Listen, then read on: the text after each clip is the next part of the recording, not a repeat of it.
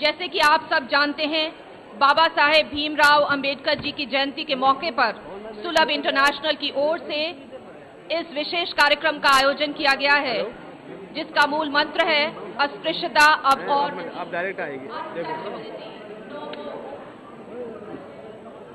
शायद इस जयंती को मनाने का इससे बेहतर कोई तरीका हो नहीं सकता, जबकि हम बाबा साहेब के दिखाए हुए रास्तों पर आगे बढ़ें और एक ऐसे समाज की रचना करें जहां समाज के सभी वर्ग मिलजुल कर रहते हो, जहां समाज के किसी भी वर्ग के बीच कोई भेदभाव ना हो।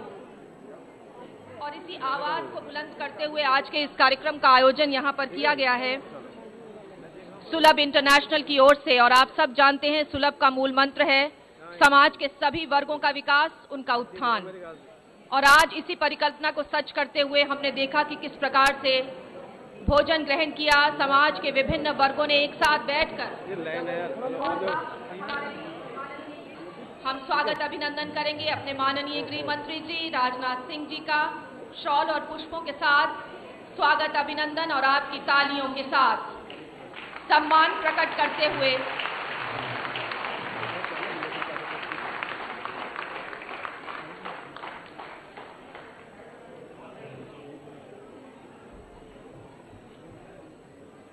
माननीय गृह मंत्री जी को हम बताना चाहेंगे कि ये वो महिलाएं हैं नीली साड़ियों में सजी धजी, जो कि टोंक, राजस्थान और गाजियाबाद से आई हैं, जिन्होंने उस दंश को झेला है, उस अपमानजनक जीवन को जिया है और आज उससे बाहर आ गई हैं।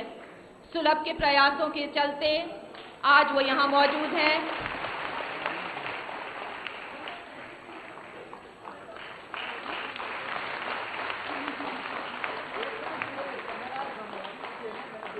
हम स्वागत अभिनंदन करेंगे प्रोफेसर एम.ए. लारी आजाद जी का। चौधरी चरण सिंह विश्वविद्यालय की पीजी स्टडीज के विभागाध्यक्ष भी हमारे बीच हैं और एक मेमेंटो भी भेंट किया यहाँ पर माननीय गृह मंत्री जी को, सुलभ का एक मोमेंटो।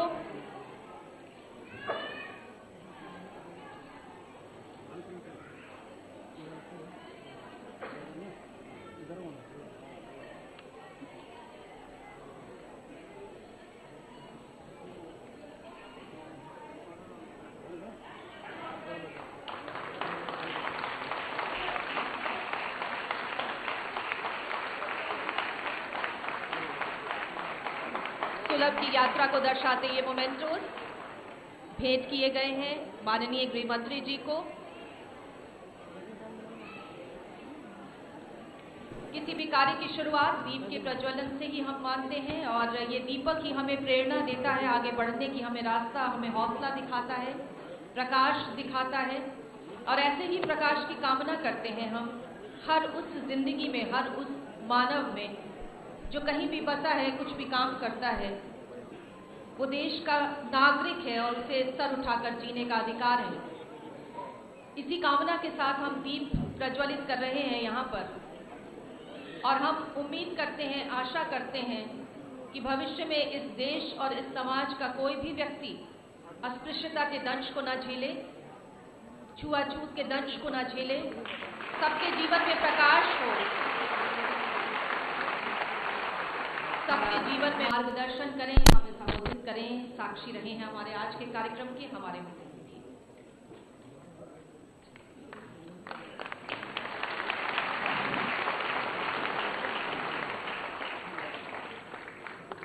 सुलभ इंटरनेशनल के कर्ता धर्ता डॉक्टर बिंदेश्वर पाठक जी, आदरणीय श्रीमती अमोला पाठक जी, श्रीमती उषा चौमड़, श्रीमती गुड्डी अठवाल और प्रोफेसर एम.ए. लारी आजाद, श्री राजू जी त्यागी, पंडित सूरज जी नीरव, पंडित सुरेश जी नीरव, श्री अरुण जी पाठक और पंडित श्यामलेश जी। इस समारोह में उपस्थित मेरे सभी सम्मानित बहनों एवं भाइयों, सचमुच आज मैं बहुत ही भावुक हूं।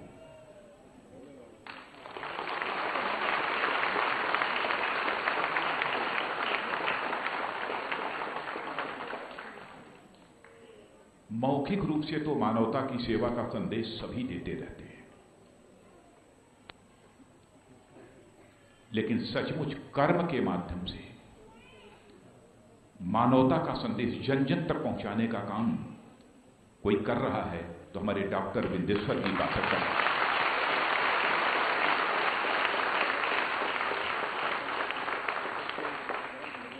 बाबा साहब भीमराव अंबेडकर की कल जयंती है और उनकी जयंती के ठीक एक दिन पहले आज जिस तरीके से मैला ढोने वाली बहनों ने आज मुझे मिठाई खिलाई है, मैं कह सकता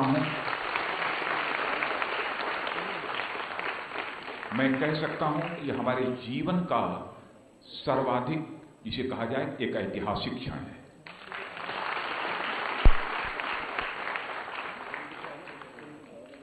भारतीय वाङ्मय के पन्नों को पलटकर यदि कोई देखे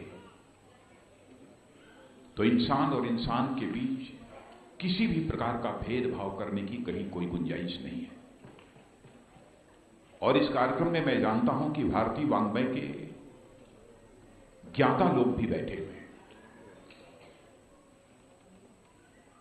क्या यह सच नहीं है कि हमारे देश के ऋषि और मनीषी कितने बड़े मन के हुआ करते थे, कितने बड़े मन के हुआ करते थे कि उन्होंने ही हमें एक संदेश दिया है वेदों के माध्यम से कि यत् पिंडे तत् ब्रह्मांडे, जो पिंड में है वही ब्रह्मांड में है, जो जड़ में है,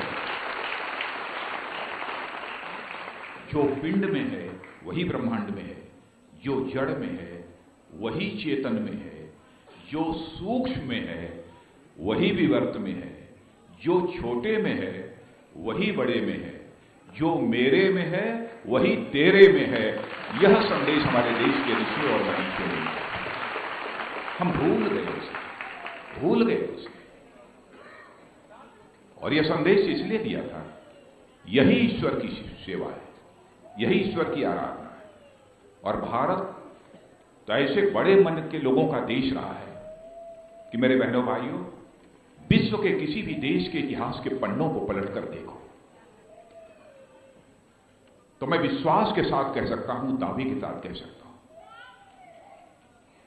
यदि किसी दुनिया के एक देश की धरती से हमारे ऋषियों ने, हमारे महर्षियों ने, मनीषियों ने यदि यह संदेश दिया है कि हम भारत की सीमा में रहने वाले लोगों को ही अपने परिवार का सदस्य नहीं मानते, केवल अपने परिवार के अथवा जिन लोगों के साथ हमारा ब्लड रिलेशन है उन्हें ही अपने परिवार का सदस्य नहीं मानते, बल्कि पूरे विश्व की धरा पर चाहे कोई किसी जाति का हो, किसी पंथ का हो, किसी मजहब का हो, किसी धर्म का हो, हम सभी को अपने परिवार का सदस्य मानते हैं। यह मानते हुए वसुधैव कुटुंबकम यानी द होल वर्ल्ड ये फैमिली, यह संदेश यदि देने का काम यदि देश की धरती से हुआ है तो भारत की धरती से। और मैं समझता हूं यह बहुत पूर्व जन्मों का पुण्य था डॉक्टर विंदेश्वर पाठक जी का कि परमात्मा ने उन्हें इतने बड़े काम को करने के लिए प्रेरित किया है। मैं जानता हूं कि बहुत सारे लोगों को इस पर आपत्ति हो सकती है, लेकिन मुझे उसकी परवाह नहीं है।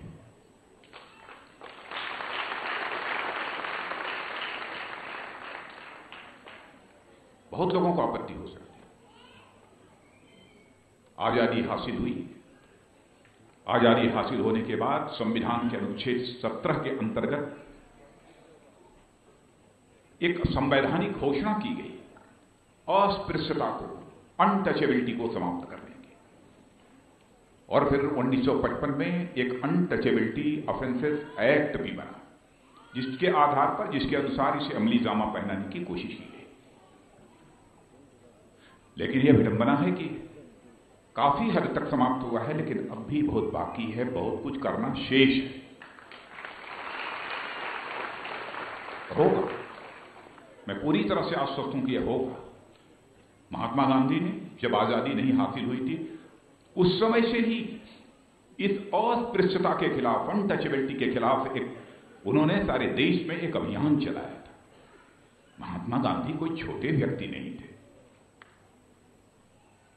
मैं कह रहा हूं ना, छोटे मन का व्यक्ति यह काम नहीं कर सकता, बड़े मन का ही व्यक्ति यह काम कर सकता है।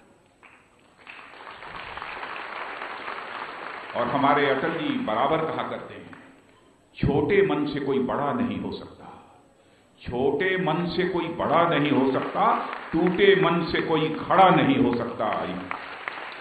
अपना मन भी छोटा मत करो और किसी का मन तोड़ो भी मत। काम तो ऐसा ही होना चाहिए, किसी का मन छोटा भी मत करो, किसी का मन तोड़ो भी, यह होना चाहिए। नहीं हो रहा है। महर्षि दयानंद सरस्वती, उन्होंने भी अस्पृश्यता के खिलाफ अभियान चलाया था, और सब तो सब, हम तो गीता, जिसे आज भारत ही नहीं बल्कि सारे विश्व को लोग गीता को आज मान्यता दे रहे हैं, उस गीता में भी भगवान कृष्ण ने कहा है, चातुर्वर्णम मया सृष्टम गुण कर्म विभागशः। जन्मना इसको मान्यता नहीं दी है, लेकिन हम लोगों ने अपनी व्यवस्था कर ली है, पक्की कर ली है। क्या हम अपने महर्षियों, अपने जिन्हें देव तुल्य मानते हैं, ऐसे लोगों के आदेश को हम स्वीकार करने को तैयार नहीं हैं? हमें विचार करना होगा।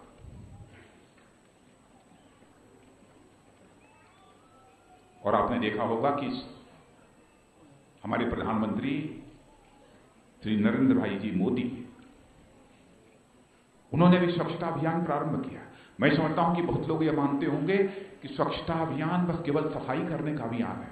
मैं इस पर गंभीरतापूर्वक विचार कर रहा था तो मैं इस नतीजे पर पहुंचा कि स्वच्छता अभियान केवल स्वच्छता इस अभियान के साथ जोड़ने का ही केवल मिशन नहीं है, बल्कि यह अस्पृश्यता के खिलाफ भी एक निर्णायक जंग है।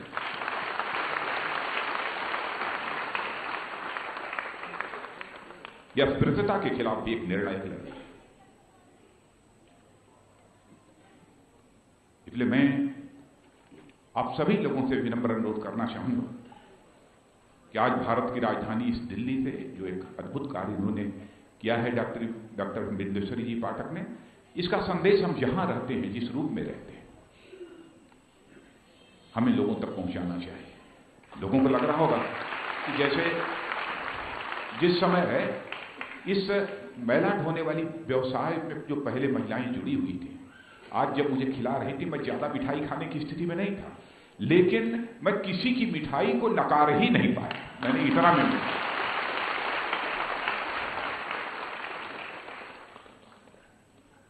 मैं इस हकीकत को जानता हूं कि हमारी बात को गले के नीचे उतार पाना किसी के लिए बहुत कठिन काम होगा।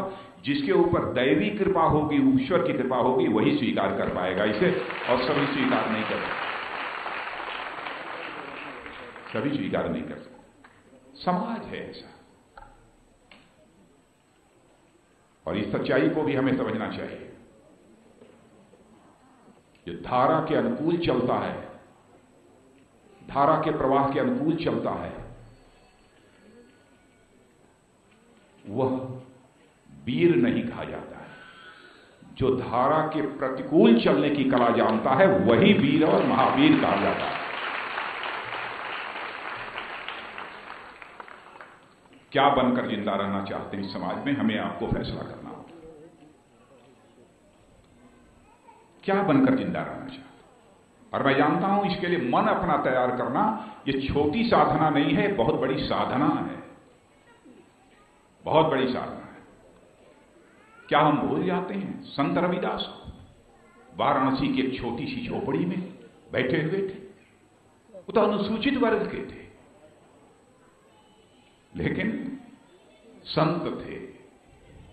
कुछ नहीं था झोपड़ी में, घास फूस की झोपड़ी बनी हुई थी।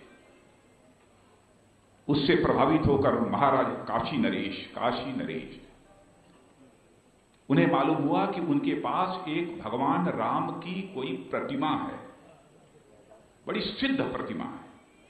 राजा हो अथवा महाराजा हो, सबकी यह इच्छा रहती है कि कोई सिद्ध प्रतिमा हो अथवा कोई सिद्ध वस्तु हो हमारे घर में आ जाए तो हम दिन दूना रात चौगुना बराबर बढ़ते रहेंगे और हमारे परिवार में सदैव खुशहाली रहेगी, सबकी इच्छा रहती है।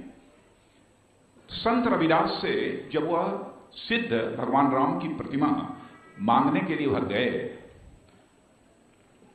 तो संत रविदास ने वो कविता मुझे याद नहीं है, लेकिन यही कहा था, अरे राजा साहब, आपके पास तो सब कुछ है, हमारे पास तो केवल यही भगवान है, उसके अतिरिक्त क्या है, इसको तो रहने दीजिए।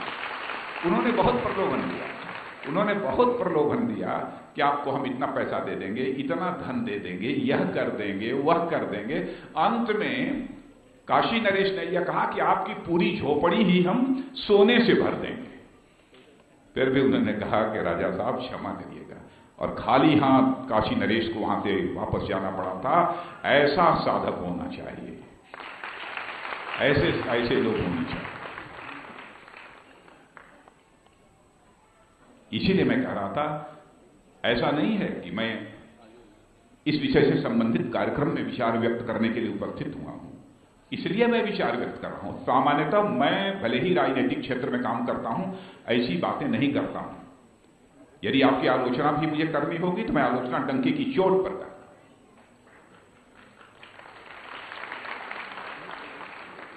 लेकिन जब से इस कार्यक्रम में आया हूं, सारा दृश्य मैंने देखा, उससे मैं प्रभावित हुआ।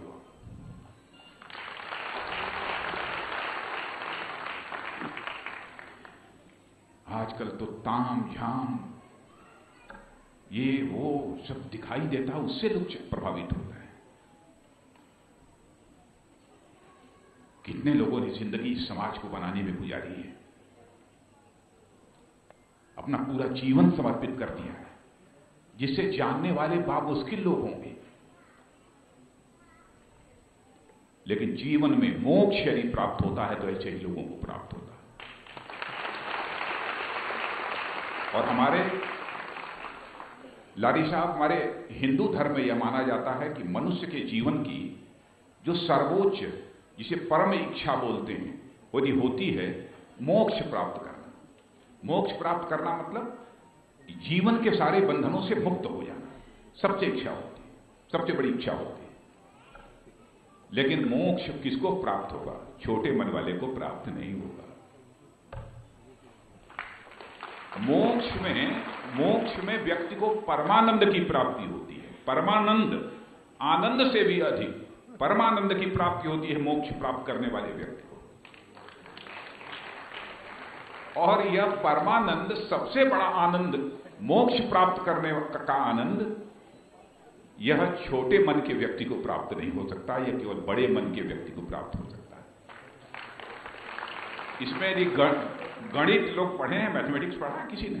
हाथ उठाइए तो पढ़े होंगे, बहुत लोग पढ़े हैं, देह काफी लगभग 50, 60, 70 लोग पढ़े हैं। मैं बता रहा हूं, मन को मान लो कि यह सर्किल है, वृत्त है, तो इस वृत्त की परिधि यानी सर्कमफेरेंस जितना बढ़ाते चले जाओगे, तुम्हारे सुख की मात्रा, आनंद की मात्रा, परमानंद की मात्रा बढ़ती चली जाएगी। मन रूपी वृत्त की परिधि यह सीधा समानुपाती होती है सुख की मात्रा के, आनंद की मात्रा के। इसे अंग्रेजी में कहना हो तो कह सकते हैं, द सर्कमफेरेंस ऑफ मन is directly proportional to the magnitude of सुख। अंग्रेजी में कह सकते हैं। और मैं समझता हूं इस कार्यक्रम में जिन लोगों ने भी शिरकत की है वो सभी सौभाग्यशाली है। और पाठक जी, आपने हम लोगों का स्वागत किया है, और यह काम अकेले आपने नहीं किया है। इसमें श्रीमती अमोल पाठक जी का बहुत बड़ा कंट्रीब्यूशन है, नहीं तो शायद आप ये काम न करते। बिना पत्नी के योगदान के आप इतना बड़ा काम न कर पाते। और मैं अपने पंडित श्यामलेश जी को धन्यवाद देना चाहता हूं कि उन्होंने मुझे इस कार्यक्रम में आने के लिए प्रेरित किया।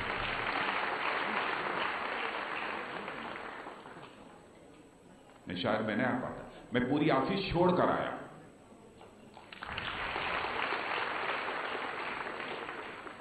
और इस कार्यक्रम में आकर मुझे बेहद खुशी हुई है, और मैं समझता हूं कि आज के अवसर पर इससे ज्यादा कुछ कहने की कोई आवश्यकता नहीं है। आपने पाठक जी मेरा स्वागत किया है, मैं अपनी तरफ से और यहां बैठा हुआ पूरा समुदाय उसकी तरफ से खुद मैं आपका हार्दिक अभिनंदन करता हूं, आपका मैं स्वागत करता हूं। बहुत बहुत धन्यवाद।